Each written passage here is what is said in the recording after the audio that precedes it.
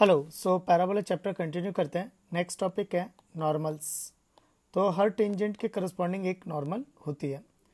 तो कोई भी अगर एक टेंजेंट ड्रॉ की गई है तो there must be a normal. तो एक पैराबोला है, हम जितना भी थ्योरी डेवलप कर रहे हैं वो हॉरिजॉन्टल स्टैंडर्ड पैराबोला के लिए कर रहे हैं, Y square is equal to 4ax। तो हम जो भी थ्योरी डेवलप कर रहे हैं वो इसी स्टैंडर्ड पैराबोला के लिए कर रहे हैं। Next, this is a tangent. तो इस टेंजेंट के परपेंडिकुलर एक लाइन होगी and this is known as a normal. ये इसके परपेंडिकुलर होगी and this is known as a normal. ये कहलाएगी tangent and the line is normal.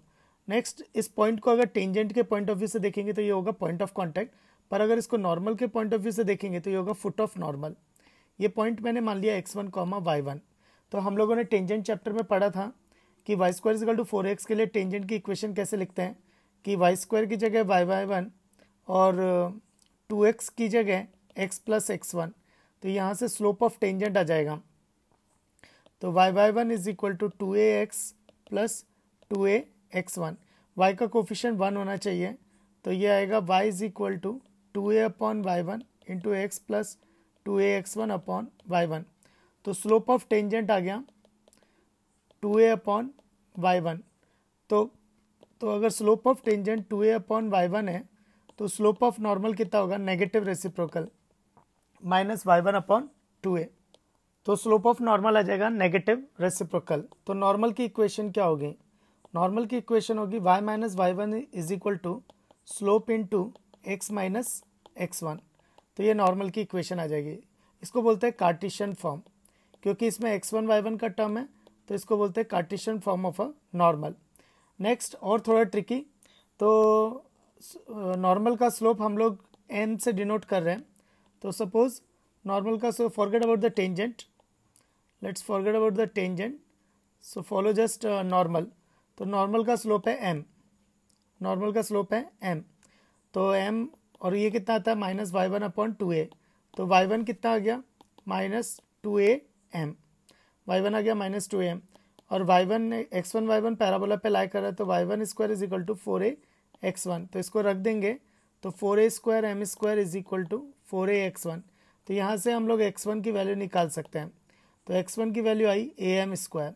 तो इससे मुझे क्या पता चला? इससे मुझे पता चला कि अगर नॉर्मल का स्लोप m है, नॉर्मल का स्लोप m है, तो फुट ऑफ नॉर्मल होगा am square comma minus 2am, am square comma minus 2am, am square comma minus 2am। तो अगर स्लोप नॉर्मल का स्लोप m है तो फुट ऑफ नॉर्मल आएगा am square comma minus 2am। इसको पैरामेट्रिक फॉर्म में भी लिख सकते हैं, तो 80 स्क्वायर कॉमा 280। तो कंपेयर करूँ तो t कितना आ गया माइनस m। तो इससे क्या पता चला कि अगर किसी पॉइंट का पैरामीटर t है तो उसका स्लोप होगा, नॉर्मल का स्लोप होगा माइनस t, नॉर्मल का स्लोप होगा माइनस t। नेक्स्ट, ये x1 y1 अब इसमें रख देंगे, तो x1 y1 कार्टेशियन फॉर्म में रख देंगे स्लोप फॉर्म में निकालने के लिए। तो रखेंगे तो ये आएगा y plus 2am is equal to plus 2am upon 2a into X minus am square. इसको सिंप्लीफाई करते 2a कैंसिल हो गया, तो y plus 2am is equal to mx minus am cube. तो y is equal to mx minus 2am minus am cube. इसको बोलते हैं slope form of a normal and it's very very important, बहुत powerful है, बहुत question solve करती है। Next, हम लोगों ने अभी देखा कि जो स्लोप होता है वो पॉइंट का पैरामीटर अगर t है तो स्लोप होगा माइनस t। तो रख दो, तो ये आ जाएगा minus tx plus 280 plus 80 cube. तो इसको मैं लिख सकता हूँ y plus T X is equal to 280 plus 80 cube. तो ये हो गई parametric form of a normal. ये दोनों ही बहुत इंपॉर्टेंट है क्योंकि ये क्वेश्चन को बहुत फास्ट सॉल्व करती हैं। ये इंपॉर्टेंट क्यों है? क्योंकि सिर्फ एक ही अननोन हैंडल करना है, m और t। तो यहाँ से मुझे क्या क्या पता चला? नॉर्मल की कार्टेशियन फॉर्म मुझे पता चली, स्लोप फॉर्म पता चली और पैरामेट्रिक फॉर्म पता चली। एंड अगर नॉर्मल का स्लोप m है तो फुट ऑफ नॉर्मल क्या होगा, और नॉर्मल का स्लोप m है तो फुट ऑफ नॉर्मल क्या होगा, और अगर पॉइंट का पैरामीटर t है तो स्लोप जो होगी वो होगी minus T. So these are the important things about normals. Next कुछ रिमार्क्स हैं। सो नेक्स्ट एक रिमार्क है कि अगर मान लो parabola X square is equal to 4ay है, X square is equal to 4ay and y is equal to mx plus C normal है, तो बताओ कंडीशन ऑफ नॉर्मेलिसी। अच्छा अभी कंडीशन ऑफ नॉर्मेलिसी क्या होती है, मतलब c की वैल्यू बतानी है, देन c की वैल्यू। तो कंडीशन ऑफ नॉर्मेलिसी क्या होती है, तो Y square is equal to 4ax था, तो नॉर्मल की इक्वेशन आई थी y is equal to mx minus 2am minus am cube. तो y is equal to mx plus सी अगर नॉर्मल होती तो c की वैल्यू क्या होती, बाय कंपेयरिंग y सेम है mx सेम है, तो minus 2am minus am cube. इसको बोलते हैं condition of normalcy, condition of normalcy. तो उसी तरह से x square is equal to 4ay अगर है और y is equal to mx plus सी अगर नॉर्मल होगी तो उस समय c क्या होगा, यानी कंडीशन ऑफ नॉर्मेलिसी क्या होगा। तो उसका एक ट्रिक है कि तो c की वैल्यू क्या होगी, तो उसका एक ट्रिक है कि Y square is equal to 4x के लिए जो भी चीज़ें होती हैं उसमें x की जगह y की जगह x और m की जगह 1/m रख दो, तो वो सब कुछ X square is equal to 4ay के लिए आने लगेगा। तो फिर क्वेश्चन आता है कि ऐसा क्यों, तो देखो कंपैरिजन से करेंगे तो यहाँ y की जगह x है, x की जगह y है, तो ये चीज़ तो क्लियर हो गई, बट व्हाट अबाउट m की जगह 1/m, तो ये चीज़ और समझते हैं। तो इसको मैं और थोड़ा डिटेल में समझाता हूँ। तो क्यों हम लोग Y square is equal to 4x और X square is equal to 4ay के लिए हम y की जगह x की जगह y क्यों रखते हैं, तो सी अगर मैं Y square is equal to 4x का अगर ग्राफ बनाऊं तो वो ये होगा, और X square is equal to 4ay का अगर मैं प्लॉट करूं तो वो इस तरह से होगा। अब होता क्या है, ये दोनों y is equal to mx के about y is equal to x के अबाउट सिमेट्रिकल हैं, y is equal to x के अबाउट सिमेट्रिकल हैं। तो y is equal to x एक लाइन है, y is equal to x एक line है,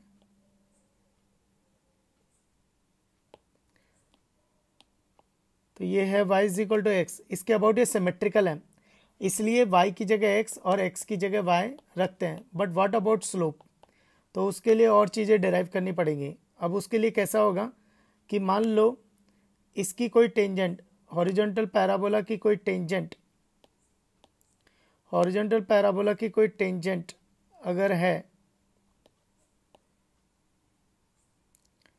तो वो y is equal to x के अबाउट मिरर इमेज लेगी। तो जब वो मिरर इमेज लेगी तो there will be a relation between slopes.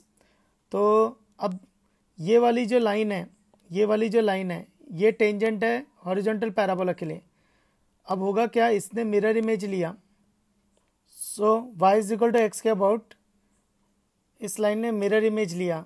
सी ये जो लाइन है ये है Y square is equal to 4x की टेंजेंट, और ये जो लाइन है ये X square is equal to 4ay की टेंजेंट है। तो ये y is equal to X के अबाउट मिरर इमेज है। तो इसको और अच्छे से समझते हैं।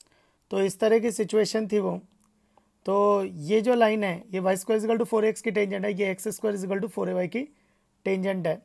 तो सपोज इस टेंजेंट का स्लोप m है और ये एंगल है थीटा, तो ये मिरर इमेज हो गई।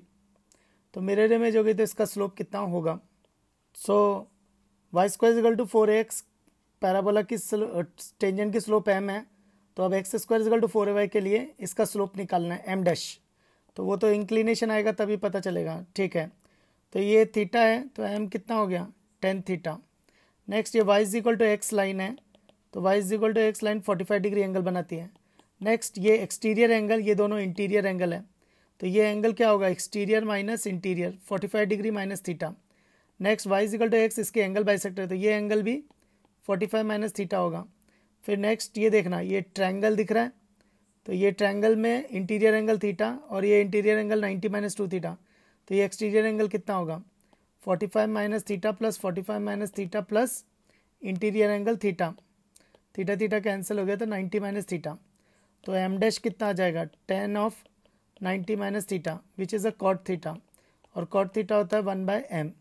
तो इससे मुझे क्या पता चला, तो इससे मुझे क्या पता चला कि Y square is equal to 4ax और X square is equal to 4ay।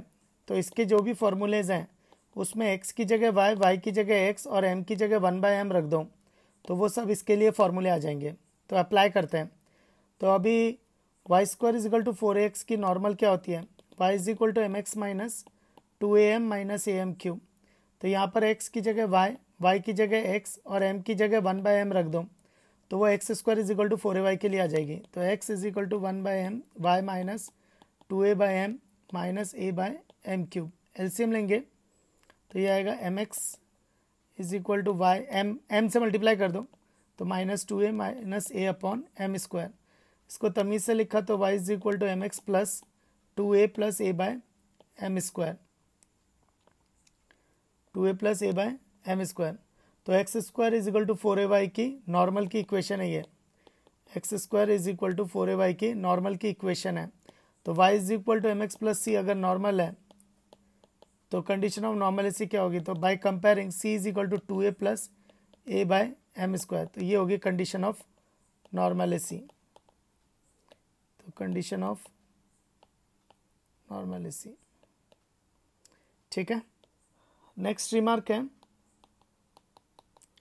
Second, algebraic sum of the slopes of 3 concurrent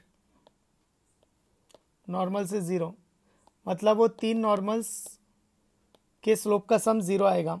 and algebraic sum of the ordinates of 3 co-normal points is 0। तो 3 नॉर्मल्स के स्लोप का सम 0 आएगा और उनके जो को normal points हैं उनके ऑर्डिनेट्स का सम भी 0 आएगा। तो इसको हम लोग प्रूफ कर सकते हैं। तो इसको प्रूफ करते हैं।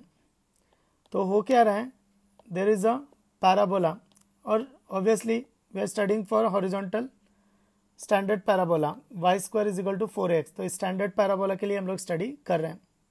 अब होता क्या है, नॉर्मल की इक्वेशन होती है y is equal to mx minus 2am minus am cube. मान लो ये किसी पॉइंट से पास हो रही है, p एक फिक्स पॉइंट है h कॉमा के, तो वहाँ से पास हो रही है। तो ये हो जाएगा hm minus K minus 2am minus am cube is equal to 0। इसको तमीज़ से लिखा तो am cube plus 2am minus hm plus k is equal to 0। तो ये m की क्यूबिक आ रही है, तो उसके ज़्यादा से ज़्यादा 3 रूट्स हो सकते हैं। तो इसका मतलब है एक पॉइंट से 3 नॉर्मल जा सकती हैं। पैराबोला पे एक पॉइंट से 3 नॉर्मल जा सकती हैं। तो पैराबोला में एक पॉइंट से 3 नॉर्मल जा सकते हैं। तो ये पॉइंट है h कॉमा के, तो उससे ये 3 नॉर्मल गई हैं, 1 2 3। तो 3 नॉर्मल के स्लोप्स कहाँ से आएंगे, वो क्यूबिक से। तो ये जो क्यूबिक है इसके जो 3 रूट्स होंगे वो इन 3 नॉर्मल्स के स्लोप्स होंगे, m1 m2 और m3। फिर अभी अभी हमने पढ़ा था कि अगर नॉर्मल का स्लोप m1 है तो फुट ऑफ नॉर्मल होगा am1 square comma minus 2am1, और m2 अगर स्लोप है तो am2 square minus 2am2 coordinate होंगे, और m3 अगर स्लोप है तो am3 स्क्वायर माइनस 2am3 ये फुट ऑफ नॉर्मल होगा। अच्छा नेक्स्ट, ये जो 3 पॉइंट्स हैं ये हो गए फुट ऑफ नॉर्मल। ये तीनों फुट ऑफ नॉर्मल से जो नॉर्मल्स हैं ये कॉन्करेंट है, तो इसको लिए बोलते हैं इसको को नॉर्मल्स। इसको बोलते हैं को नॉर्मल, को मतलब सेम नॉर्मल्स हैं। तो ये द फुट ऑफ को नॉर्मल्स है। तो वो क्या कह रहा है कि ये फुट ऑफ को नॉर्मल्स जो हैं इनके ऑर्डिनेट्स का सम भी 0 आएगा। पहला सम ऑफ द स्लोप्स भी 0 आएगा और ऑर्डिनेट्स के सम भी 0 आएगा। तो देख लेते हैं। तो sum of roots 1 at a time, sum of roots 1 at a time होता है minus coefficient of m square upon leading coefficient यानी कोफिशिएंट ऑफ m क्यूब, पर कोफिशिएंट ऑफ m स्क्वायर इसमें है ही नहीं, 0। तो m1 plus m2 plus m3 0 आ गया, यानी सम ऑफ स्लोप्स 0 आ गया, सम ऑफ स्लोप्स 0 आ गया। अब बाकी part sum of ordinates, sum of ordinates होता है y कोऑर्डिनेट। तो इस केस में y कोऑर्डिनेट क्या है, minus 2am1 minus 2am2 minus 2am3, minus 2a common लिया तो सिग्मा m1 आ गया स्लोप और वो 0 आया था, तो सम ऑफ ऑर्डिनेट्स भी क्या आएगा 0।